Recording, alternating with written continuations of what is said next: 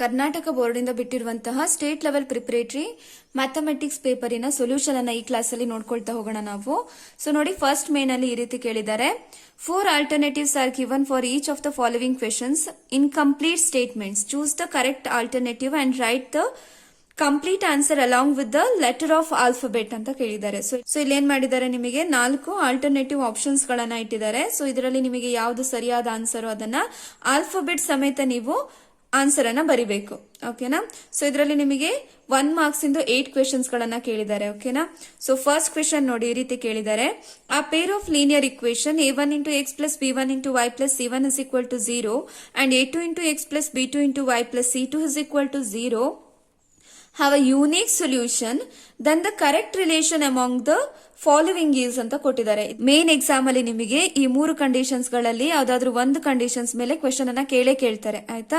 So ಒಂದೇ 1 marks ಇಂದ ಒಂದು ಕೇಳಬಹುದು, ಇಲ್ಲ ಆದ್ರೆ 1 marks ಅಲ್ಲೇ ನಿಮಗೆ 2 ಕ್ವೆಶನ್ಸ್ ಗಳನ್ನ ಕೇಳಬಹುದು. ಓಕೆನಾ? ಸೊ ನೋಡಿ, ಫಸ್ಟ್ ಕಂಡೀಷನ್ ಈ ರೀತಿ ಇದೆ. a1 by a2 is not equal to b1 by b2 ಆದಾಗ ಸೊ ಯಾವ ರೀತಿಯಲ್ಲಿ ಇರ್ತವೆ, ಇಂಟರ್ಸೆಕ್ಟಿಂಗ್ ಲೈನ್ಸ್ ಗಳು ಸಿಗ್ತವೆ. ಇಂಟರ್ಸೆಕ್ಟಿಂಗ್ ಲೈನ್ಸ್ ಅಂತ ಅಂದ್ರೆ ಏನು, ಈ ರೀತಿಯಲ್ಲಿ.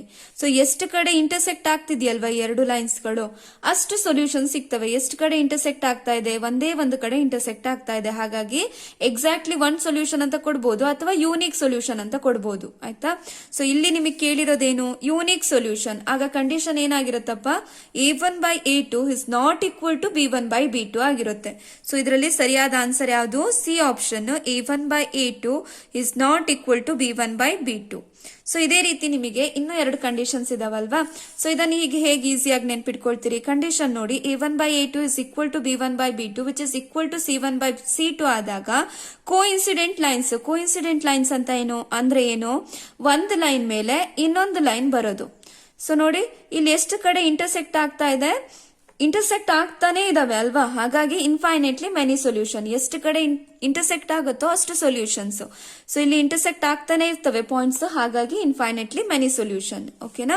So next last condition, a1 by a2 is equal to b1 by b2 which is not equal to c1 by c2. So ಹಾಗಾದಾಗ ಏನಾಗಿರ್ತವೆ, ಲೈನ್ಸ್ ಗಳು ಪ್ಯಾರಲಲ್ ಆಗಿರ್ತವೆ. ನೋಡಿ, ಪ್ಯಾರಲಲ್ ಅಂತ ಅಂದ್ರೆ ಈ ರೀತಿಯಲ್ಲಿ.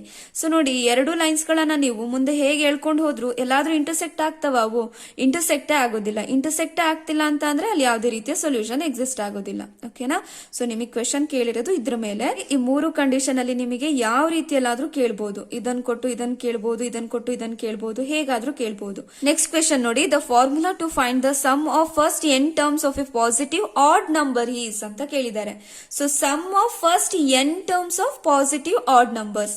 ಸಮ್ ಅಂತ ಕೇಳಿರೋದ್ರಿಂದ ಫಸ್ಟ್ ಸಮ್ಮಿನ ಫಾರ್ಮುಲಾ ಬರ್ಕೊಳ್ಳೋಣ. Sn is equal to n by 2 2a plus n minus 1 into d. ಇಲ್ಲಿ ಏನ್ ಕೇಳಿರೋದವ್ರು ನಮಗೆ, sum of first n terms of positive odd numbers. Positive odd numbers ಎಲ್ಲಿಂದ ಸ್ಟಾರ್ಟ್ ಆಗ್ತವೆ ನಮಗೆ, positive odd numbers 1 3 5 7 up to so on ಅಲ್ವಾ. ನಮಗೆ ಏನೇನ್ ಬೇಕು ಫಾರ್ಮುಲಾದಲ್ಲಿ, ಎ ಬೇಕು. ಎ ಅಂತ ಅಂದ್ರೆ ಏನು, ಬಂದಿರುವಂತಹ AP ಯ ಫಸ್ಟ್ ಟರ್ಮ್. ಇಲ್ಲಿ ಫಸ್ಟ್ ಟರ್ಮ್ ಏನಿದೆ, ಇಲ್ಲಿ 1 ಇದೆ. ಹಾಗಾಗಿ ಎ ಅಂತ ಅಂದ್ರೆ ಏನು, 1 ಆಯ್ತು. ನೆಕ್ಸ್ಟ್ ಬೇಕಾಗಿರೋದು ಎನ್. ನೋಡಿ, ಎನ್ ಗೊತ್ತಿದ್ಯಾ ನಮಗೆ, ಗೊತ್ತಿಲ್ಲ. ನಂಬರ್ ಆಫ್ ಟರ್ಮ್ಸ್ ಎಷ್ಟಿದಾವೆ ಗೊತ್ತಿಲ್ಲ. ಎನ್ ಟರ್ಮ್ಸ್ ಅಂತ ಹೇಳಿದ್ದಾರೆ, ಇನ್ಫೈನೈಟ್ ನಂಬರ್ಸ್ ಇದಾವೆ ಅಲ್ವಾ. ಹಾಗಾಗಿ ಎನ್ ಅಂತ ಅಂದ್ರೆ ಗೊತ್ತಿಲ್ಲ, ಎನ್ ಅನ್ನ ಹಾಗೆ ಇಟ್ಕೊಳ್ಳೋಣ ನಾವು. ಎ ಅಂತ ಅಂದ್ರೆ ಏನು, ಕಾಮನ್ ಡಿಫರೆನ್ಸ್. ಅದನ್ನ ಹೇಗೆ ಫೈಂಡ್ ಔಟ್ ಮಾಡ್ತೀರಿ, ಇದನ್ನ a1 a2 a3 ಅಂತ ತಗೊಂಡ್ರೆ a2 ಮೈನಸ್ a1 ಮಾಡ್ತೀರಿ. a2 ಇರೋ ಜಾಗದಲ್ಲಿ ಏನಿದೆಯಪ್ಪ, ಅಲ್ಲಿ 3 ಇದೆ. ಮೈನಸ್ a1 ಇರೋ ಜಾಗದಲ್ಲಿ ಏನಿದೆ, 1 ಇದೆ. ಸೊ 3 ಮೈನಸ್ 1 ಅಂತ ಅಂದ್ರೆ ಎಷ್ಟಾಯ್ತು, 2. ಈಗ ಸಬ್ಸ್ಟಿಟ್ಯೂಟ್ ಮಾಡಿ. n ಅಂತ ಅಂದ್ರೆ ಗೊತ್ತಿಲ್ಲ ನಮಗೆ, ಅದನ್ನ ಹಾಗೆ ಇಟ್ಕೊಳ್ಳೋಣ. n by 2 2 ಇಂಟು a ಅಂತ ಅಂದ್ರೆ 1 ಪ್ಲಸ್ n ಅಂತ ಅಂದ್ರೆ ಗೊತ್ತಿಲ್ಲ, ಅದನ್ನ ಹಾಗೆ ಇಟ್ಕೊಳ್ಳಿ. ಮೈನಸ್ 1 ಇಂಟು ಡಿ ಅಂತ ಅಂದ್ರೆ ಏನು, ಕಾಮನ್ ಡಿಫರೆನ್ಸ್ ಎಷ್ಟು ಬಂದಿದೆ, 2 ಬಂದಿದೆ. ಸೊ ಈಗ Sn is equal to n by 2 2 1s are 2 plus 2 into n 2n plus into minus minus 2 1s are 2. So plus 2 minus 2 cancel ಆಗುತ್ತೆ. So Sn is equal to n by 2 2 into n. So ಇದರಲ್ಲಿ 2 2 cancel ಆಯ್ತು. n into n ಅಂತ ಅಂದ್ರೆ ಏನಾಯ್ತು, n square. ಹಾಗಾಗಿ Sn ಅಂತ ಅಂದ್ರೆ ಎಷ್ಟು ಬರುತ್ತೆ, n square.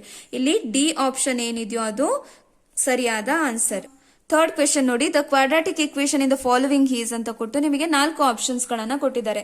So quadratic equation in general form ಹೇಗಿರುತ್ತೆ, ax square plus bx plus c is equal to 0 where where a is not equal to 0, B ಮತ್ತೆ ಸಿ ಅನ್ನೋದು 0ಗೆ ಈಕ್ವಲ್ ಆಗಿರ್ಬೋದು. ಸೊ ಡಿಗ್ರಿ ಅಂತ ಅಂದ್ರೆ ಏನು, ಹೈಯೆಸ್ಟ್ ಪವರ್ ಯಾವ್ದಾಗಿರುತ್ತೋ ಅದನ್ನ degree ಅಂತ ತಗೊಳ್ತೀವಿ. ಇದರಲ್ಲಿ ಡಿಗ್ರಿ ಎಷ್ಟಾಗಿರ್ಬೇಕಪ್ಪ, 2 ಆಗಿರ್ಬೇಕು. ಸೊ ಡಿಗ್ರಿ 2 ಆಗಿರುವಂತಹದ್ದು 2 ಇಕ್ವೇಶನ್ಸ್ ಇದೆ. ಇದು ಪವರ್ 1 ಇದೆ, ಇದು ಪವರ್ 3 ಇದೆ. ಇದನ್ನ ಬಿಟ್ಬಿಡಿ, ಇವೆರಡರಲ್ಲಿ ಯಾವುದೋ ಒಂದು ಆನ್ಸರ್ ಆಗಿರುತ್ತೆ. ಸೊ ಹಾಗಾಗಿ ಎ ಆಪ್ಷನ್ ಏನಿದೆಯೋ ಅದು ರೈಟ್ ಆನ್ಸರ್. ಓಕೆನಾ. ಸೊ ಇಲ್ಲಿ ಏನಾಗಿಲ್ಲ, 0ಗೆ ಈಕ್ವಲ್ ಆಗಿಲ್ಲ, ಹಾಗಾಗಿ ಇದನ್ನ ತಗೊಳ್ಳಲ್ಲ ನಾವು. ಓಕೆನಾ. ಸೊ ಆಪ್ಷನ್ ಎ ಅನ್ನೋದು ಸರಿಯಾಗಿದೆ. x² - 3x + 2 is equal to 0. So fourth question ನೋಡಿ, if a is equal to 30 degree, then the value of sin 2a is ಅಂತ ಕೇಳಿದ್ದಾರೆ. a ವ್ಯಾಲ್ಯೂ ಕೊಟ್ಟಿದ್ದಾರೆ ಅವರು 30 ಡಿಗ್ರಿ ಅಂತ. ಸೊ sin 2a ಏನಾಗುತ್ತೆ, ಹಾಗಾಗಿ sin 2 ಇಂಟು ಎ ಇರೋ ಜಾಗದಲ್ಲಿ ಏನ್ ಹಾಕ್ತಿರಪ್ಪ, ಆಲ್ರೆಡಿ 30 ಡಿಗ್ರಿ ಅಂತ ಕೊಟ್ಟಿದ್ದಾರೆ ಅಲ್ವಾ, ಎ ಇಸ್ ಈಕ್ವಲ್ ಟು 30 ಅಂತ ಸಬ್ಸ್ಟಿಟ್ಯೂಟ್ ಮಾಡಿ ಅದನ್ನ. ಆಗ ಏನಾಗುತ್ತೆ, ಸೈನ್ ಆಫ್ 2 ಇಂಟು 30 ಡಿಗ್ರಿ ಅಂತ ಅಂದ್ರೆ 60 ಡಿಗ್ರಿ. ನಮಗೆ ವ್ಯಾಲ್ಯೂ ಟೇಬಲ್ ಅಲ್ಲಿ ಗೊತ್ತಿದೆ ಸೈನ್ 60 ಡಿಗ್ರಿ ಅಂತ ಅಂದ್ರೆ ಏನು, √3/2. ಸೊ √3/2 ಎಲ್ಲಿದೆ, ನಮಗೆ ಬಿ ಆಪ್ಷನ್ ಅಲ್ಲಿದೆ. ಹಾಗಾಗಿ ಬಿ ಆಪ್ಷನ್ ಏನಿದೆಯೋ ಅದು ಸರಿಯಾದ ಆನ್ಸರ್ ಆಗಿರುತ್ತೆ. ಸೊ ನೆಕ್ಸ್ಟ್ ಕ್ವೆಶನ್ ನೋಡಿ, the distance of the coordinates 3,4 from the X Axis is ಅಂತ ಕೇಳಿದ್ದಾರೆ ಅಲ್ವಾ. ಸೊ ಇಲ್ಲಿ distance of the coordinates 3,4 from the X Axis. So ನೋಡಿ, ಫಸ್ಟ್ ನಾವೊಂದು ಗ್ರಾಫ್ ಅನ್ನ ಪ್ಲಾಟ್ ಮಾಡ್ಕೊಂಡ್ಬಿಡೋಣ. ಇದು ಎಕ್ಸ್ ಆಕ್ಸಿಸ್ ಆಗಿರುತ್ತೆ, ಇದು ವೈ ಆಕ್ಸಿಸ್ ಆಗಿರುತ್ತೆ. ಇರುವಂತಹ ಪಾಯಿಂಟ್ಸ್ ಏನು, 3,4 ಅಂತ ಕೊಟ್ಟಿದ್ದಾರೆ. ಸೊ ನೋಡಿ, ಫಸ್ಟ್ ನಂಬರ್ ಯಾವ್ದಾಗಿರುತ್ತಲ್ವಾ ಅದು X axis, next number Y axis. So X axis ಅಲ್ಲಿ ಎಷ್ಟು ಪಾಯಿಂಟ್ಸ್ ಇದೆ, 3 ಪಾಯಿಂಟ್ಸ್ ಇದೆ. ಸೊ 0, 1, 2, 3. ವೈ ಆಕ್ಸಿಸ್ ಅಲ್ಲಿ ಎಷ್ಟು ಪಾಯಿಂಟ್ಸ್ ಇದೆ, 4 ಪಾಯಿಂಟ್ಸ್ ಇದೆ. 1, 2, 3 ಮತ್ತೆ 4. ಓಕೆನಾ. ಸೊ ಈಗ 3,4 ಅಂತ ಅಂದ್ರೆ ನಮಗೆ ಹೇಗ್ ಬರುತ್ತಪ್ಪ, ಇದನ್ನ ಎಕ್ಸ್ಟೆಂಡ್ ಮಾಡಿ ಈ ರೀತಿಯಲ್ಲಿ. ಸೊ ನೋಡಿ, ಎಕ್ಸ್ ಆಕ್ಸಿಸ್ ಅಲ್ಲಿ 3 ಇದ್ದಾಗ, ವೈ ಆಕ್ಸಿಸ್ 4 ಇದ್ದಾಗ ನಮಗೆ ಪಾಯಿಂಟ್ ಇಲ್ಲಿ ಸಿಗತ್ತೆ. ಇದೇನಾಗಿರುತ್ತೆ, 3,4 ಆಗಿರುತ್ತೆ ಅಲ್ವಾ. ಸೊ ನಮ್ಗೆ ಏನ್ ಬೇಕು ಇವಾಗ, the distance of the coordinates 3,4 from the X Axis. X Axis ಇಂದ ಎಷ್ಟಿದೆ ಡಿಸ್ಟೆನ್ಸ್. ಸೊ ನೋಡಿ, 1, 2, 3, 4 ಯೂನಿಟ್ ಇದೆ ಅಲ್ವಾ. ಹಾಗಾಗಿ ಆಪ್ಷನ್ ಬಿ ಏನಿದೆಯೋ ಅದು ಸರಿಯಾದ ಆನ್ಸರ್. ಓಕೆನಾ. ಸೊ ಎಕ್ಸ್ ಆಕ್ಸಿಸ್ ಆಗಿರೋದ್ರಿಂದ, ಎಕ್ಸ್ ಆಕ್ಸಿಸ್ ಅಂತ ಕೇಳಿರೋದ್ರಿಂದ ಎಕ್ಸ್ ಆಕ್ಸಿಸ್ ಇಂದ ಕೌಂಟ್ ಮಾಡಿ. 1 ಯೂನಿಟ್, 2 ಯೂನಿಟ್, 3 ಯೂನಿಟ್, 4 ಯೂನಿಟ್. ಅದೇ ವೈ ಆಕ್ಸಿಸ್ ಇಂದ ಕೇಳಿದ್ರೆ ವೈ ಆಕ್ಸಿಸ್ ಇಂದ ನೀವು ಕೌಂಟ್ ಮಾಡಿ ಬರೆದಿಟ್ರೆ ಆಯ್ತು. X coordinate of the point of intersection of less than and more than type of ogive is given by ಅಂತ ಕೊಟ್ಟಿದ್ದಾರೆ ಅಲ್ವಾ. ಮೋರ್ ದ್ಯಾನ್ ಮತ್ತೆ ಲೆಸ್ ದ್ಯಾನ್ ಟೈಪಿನ ಗ್ರಾಫ್ ಅನ್ನ ಇಂಟರ್ಸೆಕ್ಟ್ ಮಾಡಿದಾಗ ನಿಮಗೆ ಈ ಪಾಯಿಂಟ್ ಅನ್ನ ಏನ್ ಮಾಡ್ತೀರಿ, ನೀವು ಎಕ್ಸ್ ಆಕ್ಸಿಸ್ ಗೆ ಎಕ್ಸ್ಟೆಂಡ್ ಮಾಡ್ಕೊಂಡು ಬರ್ತೀರಿ ಅಲ್ವಾ. ಸೊ ಅಲ್ಲಿ ಎಕ್ಸ್ಟೆಂಡ್ ಮಾಡಿದಾಗ ನಿಮಗೆ ಇಲ್ಲಿ ಏನ್ ಆನ್ಸರ್ ಬಂದಿರುತ್ತೆ ಅಲ್ವಾ, ಅದೇನನ್ನ ತಗೊಳ್ತೀರಿ ನೀವು, ಮೀಡಿಯನ್ ಅಂತ ಆಗಿ ತಗೊಳ್ತೀರಿ. ಹಾಗಾಗಿ ಇಲ್ಲಿ ಡಿ ಆಪ್ಷನ್ ಏನಿದೆಯೋ ಅದು ಸರಿಯಾದ ಆನ್ಸರ್. ಎರಡು ಗ್ರಾಫಿನ, ಸೊ ಲೆಸ್ ದ್ಯಾನ್ ಮತ್ತೆ ಮೋರ್ ದ್ಯಾನ್ ಟೈಪಿನ ಗ್ರಾಫಿನ ಇಂಟರ್ಸೆಕ್ಷನ್ ಪಾಯಿಂಟ್ ಅನ್ನ ನಾವೇನಾಗಿ ತಗೊಳ್ತೀವಿ, ಮೀಡಿಯನ್ ಆಗಿ ತಗೊಳ್ತೀವಿ. ಸೆಕೆಂಡ್ ಮೇನಲ್ಲೂ ಕೂಡ 1 ಮಾರ್ಕ್ಸ್ ಇಂದು 8 ಕ್ವೆಶನ್ಸ್ ಗಳನ್ನ ಕೇಳಿರ್ತಾರೆ. ಸೊ 9th ಕ್ವೆಶನ್ ಈ ರೀತಿ ಕೇಳಿದ್ದಾರೆ, right the number of solutions that the pair of linear equation a1 into x plus b1 into y plus c1 is equal to 0 and a2 into x plus b2 into y plus c2 is equal to 0 have c1 is not equal to c2 ಅಂತ ಹೇಳಿದ್ದಾರೆ. So ಇಲ್ಲಿ ನಾವೇನ್ ಮಾಡ್ಬೇಕು, number of solutions ಗಳನ್ನ ಬರಿಬೇಕು. ಈ first question ಅನ್ನ solve ಮಾಡ್ಬೇಕಾದ್ರೆ ಹೇಳಿದ್ದೆ ನಿಮಗೆ ಅಲ್ವಾ. ಸೊ ನೋಡಿ, ಕಂಡೀಷನ್ ಏನ್ ಕೊಟ್ಟಿದ್ದಾರೆ, c1 c2 c1 by c2 not equal ಅಂತ ಕೊಟ್ಟಿದ್ದಾರೆ. ಹಾಗಾಗಿ ನಮಗೆ ಅಲ್ಲಿ ಯಾವ್ದು ರೀತಿ ಬರುತ್ತೆ, ಪ್ಯಾರಲಲ್ ಲೈನ್ಸ್ ಗಳು ಬರ್ತವೆ. ಸೊ ಪ್ಯಾರಲಲ್ ಲೈನ್ ಗಳು ಬರ್ತಿದಾವೆ ಅಂತ ಅಂದ್ರೆ ಅಲ್ಲಿ ಏನಾಗ್ತಾವಪ್ಪ ನೋಡಿ, ಇವೆರಡೂ ಲೈನ್ಸ್ ಗಳನ್ನ ನೀವು ಎಕ್ಸ್ಟೆಂಡ್ ಮಾಡ್ಕೊಂತ ಹೋದ್ರು ಎಲ್ಲಾದ್ರೂ ನಿಮಗೆ ಅದು ಮೀಟ್ ಆಗತ್ತಾ, ಮೀಟ್ ಆಗೋದಿಲ್ಲ ಅಲ್ವಾ. ಎಲ್ಲೂ ಇಂಟರ್ಸೆಕ್ಟೇ ಆಗೋದಿಲ್ಲ. ಇಂಟರ್ಸೆಕ್ಟೇ ಆಗ್ತಿಲ್ಲ ಅಂತ ಅಂದ್ರೆ ಏನಾಯ್ತು, ಅಲ್ಲಿ ಯಾವುದೇ ರೀತಿಯ ಸೊಲ್ಯೂಷನ್ ಎಕ್ಸಿಸ್ಟ್ ಆಗೋದಿಲ್ಲ ಅಂತ. ಓಕೆನಾ. ಸೊ ನಮಗೆ ಕಂಡೀಷನ್ ಕೊಟ್ಟಿರೋದು a1 by a2 is equal to b1 by b2 which is not equal to c1 by c2. ಹಾಗಾಗಿ ಪ್ಯಾರಲಲ್ ಲೈನ್ ಬರ್ತಾ ಇದೆ, ಯಾವುದೇ ರೀತಿಯ ಸೊಲ್ಯೂಷನ್ ಎಕ್ಸಿಸ್ಟ್ ಆಗೋದಿಲ್ಲ, ನೋ ಸೊಲ್ಯೂಷನ್ ಅಂತ ಬರೆದ್ರೆ ಸಾಕು. ಆಯ್ತಾ. ಸೊ 10th ಕ್ವೆಶನ್ ನೋಡಿ, the 17th term of an arithmetic progression exceeds it's 10th term by 7. Right the common difference of this progression ಅಂತ ಕೇಳಿದ್ದಾರೆ. ಏನ್ ಹೇಳಿದ್ದಾರೆ ಕ್ವೆಶನ್ ಅಲ್ಲಿ ಅವರು, ಅರ್ಥಮೆಟಿಕ್ ಪ್ರೋಗ್ರೆಷನ್ ಅಲ್ಲಿ 17th ಟರ್ಮ್ 10th ಟರ್ಮ್ ಗಿಂತ ಎಕ್ಸೀಡ್ ಆಗ್ತಾ ಇದೆ, ಎಷ್ಟರಷ್ಟು, 7 ಅಷ್ಟು ಅಂತ ಹೇಳಿದ್ದಾರೆ. ಸೊ ಅದನ್ನೇ ನೀವು ಒಂದು ಇಕ್ವೇಶನ್ ರೀತಿಯಲ್ಲಿ ಬರೆದ್ರೆ ಆಯ್ತು. ಸೊ 17th ಟರ್ಮ್ ಏನಾಗ್ತಾ ಇದೆ, 10th ಟರ್ಮ್ಗಿಂತ, ಸೊ 10th ಟರ್ಮ್ಗಿಂತ ಎಕ್ಸೀಡ್ ಆಗ್ತಾ ಇದೆ ಎಷ್ಟರಷ್ಟು, 7ರಷ್ಟು. ಸೊ +7 ತಗೊಳ್ತೀರಿ. ಎಕ್ಸೀಡ್ ಅಂತ ಹೇಳಿರೋದ್ರಿಂದ ಪ್ಲಸ್ ಬರುತ್ತೆ, ಅರ್ಥ ಆಗ್ತದೆ ಅಲ್ಲ. ಸೊ ನೋಡಿ 5 = 2 ಅಂತ ಬರೀಲಿಕ್ಕೆ ಆಗುತ್ತಾ ನನಗೆ ಯಾವತ್ತಾದ್ರೂ? ಇಲ್ಲ ಅಲ್ವಾ. ನಾನು 5 = 2 ಬರಿಬೇಕು ಅಂತ ಅಂದ್ರೆ ಏನ್ ಮಾಡ್ಬೇಕು, ನಾನು ಇದಕ್ಕೆ +3 ಅಂತ ಮಾಡ್ಬೇಕು, ಅರ್ಥ ಆಗ್ತದೆ ಅಲ್ಲ. 2 + 3 5. ಅದೇ ರೀತಿ ಇಲ್ಲೂ ಕೂಡ 17 = 10 ಅಂತ ಬರೀಲಿಕ್ಕೆ ಆಗುತ್ತಾ ನನಗೆ? ಇಲ್ಲ. 17 ಅನ್ನ 10 ಅಂತ ಯಾವಾಗ ಬರಿಬಹುದು ನಾನು? +7 ಮಾಡಿದಾಗ. ಅಷ್ಟೇ ಇದ್ರ ಅರ್ಥ. ಇಲ್ಲಿ ನಾನೇನ್ ಫೈಂಡ್ ಔಟ್ ಮಾಡ್ಬೇಕು, ಕಾಮನ್ ಡಿಫರೆನ್ಸ್ ಅನ್ನ ಫೈಂಡ್ ಔಟ್ ಮಾಡ್ಬೇಕು. A17 ಟರ್ಮ್ ಅನ್ನ ನಾನು ಇನ್ನೊಂದು ರೀತಿಯಲ್ಲಿ ಹೇಗೆ ಬರಿಬಹುದು? A + 16 × D ಅಂತ ಬರಿಬಹುದು ಅಲ್ವಾ. ಸೊ ನೋಡಿ ಇದು ಹೇಗ್ ಬಂತು ಅಂತ ಅಲ್ವಾ ನಿಮಗೆ. ಸೊ nth ಟರ್ಮಿನ ಫಾರ್ಮುಲಾ ಗೊತ್ತಿದೆ ನಮಗೆ. an = a + n - 1 × D ಅಂತ ತಗೊಳ್ತೀವಿ. ಇಲ್ಲಿ n ಇರೋ ಜಾಗದಲ್ಲಿ ಏನಂತ ಇದೆಯಪ್ಪ? 17 ಇದೆ, ಅದನ್ನ ಸಬ್ಸ್ಟಿಟ್ಯೂಟ್ ಮಾಡಿ. ಸೊ A17 = a + n ಇರೋ ಜಾಗದಲ್ಲಿ ಏನನ್ನ ಸಬ್ಸ್ಟಿಟ್ಯೂಟ್ ಮಾಡ್ತೀರಿ? 17 - 1 × D. ಸೊ A17 = a + 17 - 1 ಅಂತ ಅಂದ್ರೆ 16 × D. ಓಕೆನಾ. ಸೊ ನೋಡಿ ಯಾವಾಗ್ಲೂ ಅಷ್ಟೇ 17 ಅಂತ ಬಂತು ಅಂತ ಅಂದ್ರೆ 16D ಬರೆಯೋದು. ಸೊ A+ ಅಂತೂ ಇದ್ದೇ ಇರುತ್ತೆ. ಸೊ 17 ಇದ್ರೆ 16, ಒಂದು D ನ ಕಡಿಮೆ ಮಾಡಿ ಬರೆದ್ರೆ ಆಯ್ತು ಅಷ್ಟೇ. ಫಸ್ಟ್ ಟರ್ಮ್, ಇದು ಸೆಕೆಂಡ್ ಟರ್ಮ್, ಇದು ಥರ್ಡ್ ಟರ್ಮ್. ಇದು general form of arithmetic progression ಅಲ್ವಾ. ಸೊ ನೋಡಿ ಸೆಕೆಂಡ್ ಟರ್ಮ್ ಅಂತ ಅಂದ್ರೆ 1D, ಥರ್ಡ್ ಟರ್ಮ್ ಅಂತ ಅಂದ್ರೆ 2D. 1D ರೆಡ್ಯೂಸ್ ಆಗ್ತಾ ಇರುತ್ತೆ. ಡೈರೆಕ್ಟ್ ಆಗಿ ಬರ್ದ್ಬಿಡಿ 1 ಮಾರ್ಕ್ಸಿನ ಕ್ವೆಶನ್ ಆಗಿರೋದ್ರಿಂದ ಈ ರೀತಿ ಎಲ್ಲ ಪ್ರೊಸೀಜರ್ ಅನ್ನ ಮಾಡ್ಕೊಳ್ತಾ ಹೋಗ್ಬೇಡಿ, ಟೈಮ್ ಕನ್ಸ್ಯೂಮ್ ಆಗುತ್ತೆ. ಹೀಗೆ ನೆನ್ಪಿಡ್ಕೊಳ್ಳಿ ಆಯ್ತಾ. A17 ಅಂತ ಅಂದ್ರೆ ಏನಾಗಿರುತ್ತೆ? a + 16D. 1D ನ ಕಡಿಮೆ ಮಾಡಿ ಬರೆದ್ರೆ ಆಯ್ತು. ಜನರಲ್ ಫಾರ್ಮ್ ಅಲ್ಲಿ ನೆನ್ಪಿಟ್ಕೊಂಡು ಮಾಡ್ಕೊಂತ ಹೋದ್ರೆ ಆಯ್ತು. ಸೊ A17 ಅಂತ ಅಂದ್ರೆ ಏನ್ ಬರೀತೀರಿ? a + 16 × D ಅಂತ ಬರೀತೀರಿ. ಈಗ A10 ಬದಲೇನ್ ಬರಿಬೇಕಪ್ಪ? ಸೊ ನೋಡಿ a+ ಅನ್ನೋದು ಕಾಮನ್, 10 ಇದೆ, ಹಾಗಾಗಿ 9D ಬರೆಯೋದು. ಓಕೆನಾ. ಸೊ +7.